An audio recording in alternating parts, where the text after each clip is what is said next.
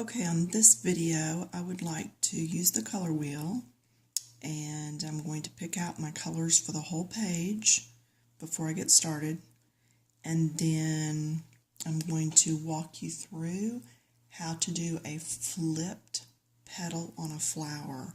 So I have this picture of a hydrangea, so I know I want my hydrangea in pinks and purples.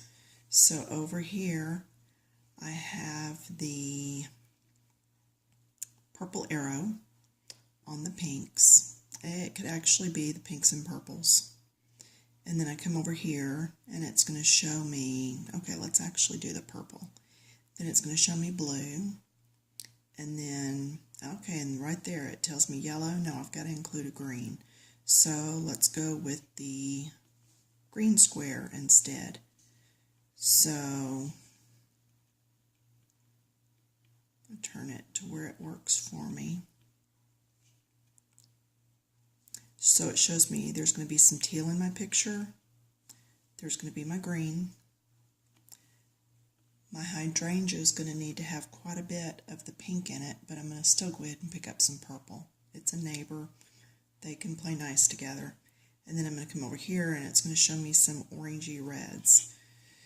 So now then, here is my picture, and it's got the hydrangea, it's got some nice big leaves, and then it's got this little flower in it, and that little flower is what we are going to zoom into, and I am going to show you how to make the deeper parts deeper. In fact, I see this flower, I want to go to this one, because it actually has a little flip right here, and I want to show you how to bring that flip to the front and push the rest of it to the back. So, and I'm doing in the Marco Raffines. So I've got 557, that's going to be my deepest shade. Then I've got 508. Then I have pulled 506, and then I have pulled 507. You can never assume that these are light to dark by number. Actually, I do have these out of order, I believe. I'm looking at the leads, and see, they lead me to believe that maybe this one should actually be here. Now, you look back at the tips, and that looks like that's wrong. So look at the leads, and then also, if you've made one of these up that has all of your color swatches, then also look on there and go back and put them in order. And that darkest is actually my brown. And then I come over here and I get all my others that I've pulled. So I'm going to start on this, and I will be right back. Okay, I'm back. I went ahead and put in the lightest shade in all of these, which did end up being the 507. So now I'm going to move over to the 506, was actually a little darker. Now these are the Marcos. They are not Prismacolor, so I will have to work at blending these a little more. I want to see if I can get in here without blocking what I'm doing. I'm actually just doing little lines. I'm going to actually go back and forth a little, because this color is so close to the other one. I can get away with just overlapping like this, and then getting down in there a little. You can see how I overlap there, and then those two are blending in fairly well together. Now, because these are not Prismacolors, I will go back to the first color then and shade in here a little more. Alright, so now those are fairly well blended. So then on this next part, see how I did these back areas where nothing is sitting to shade it. So I know it's going to be the brightest parts. So like here, across here would be the next darkest area. And you can hear me really going at it pretty good. I am not really gentle on my pencils. I am a very heavy-handed colorist. I don't know, whatever you call it. A lot of Prismacolor people actually call it painting. They're painting with their colored pencils, and I'm like, oh, that sounds good. So then I'm going to start coming down through here. I'm going to do some down in here. I'm going to do some across here. I am going to push pause again so that this is not a 45-minute video, which it would not be. It would cut off. And I'm going to finish doing this color and blending it with the first color. So right now we're on color number 2. So I've just finished blending colors 1 and 2. This little piece here is where the flower is actually flipped over on itself.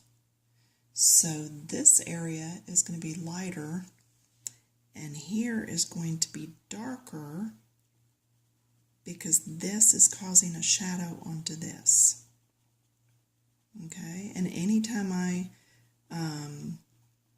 put on your coloring page that you've put on the Keep It Clean coloring book site, anytime I tell you that it's going to look a little more realistic or better, three-dimensional, if you'll put more color in the cup, I'm talking about down in these little spots here, because these are down in the shadows. So all those, even this down here, should have that next shade on there.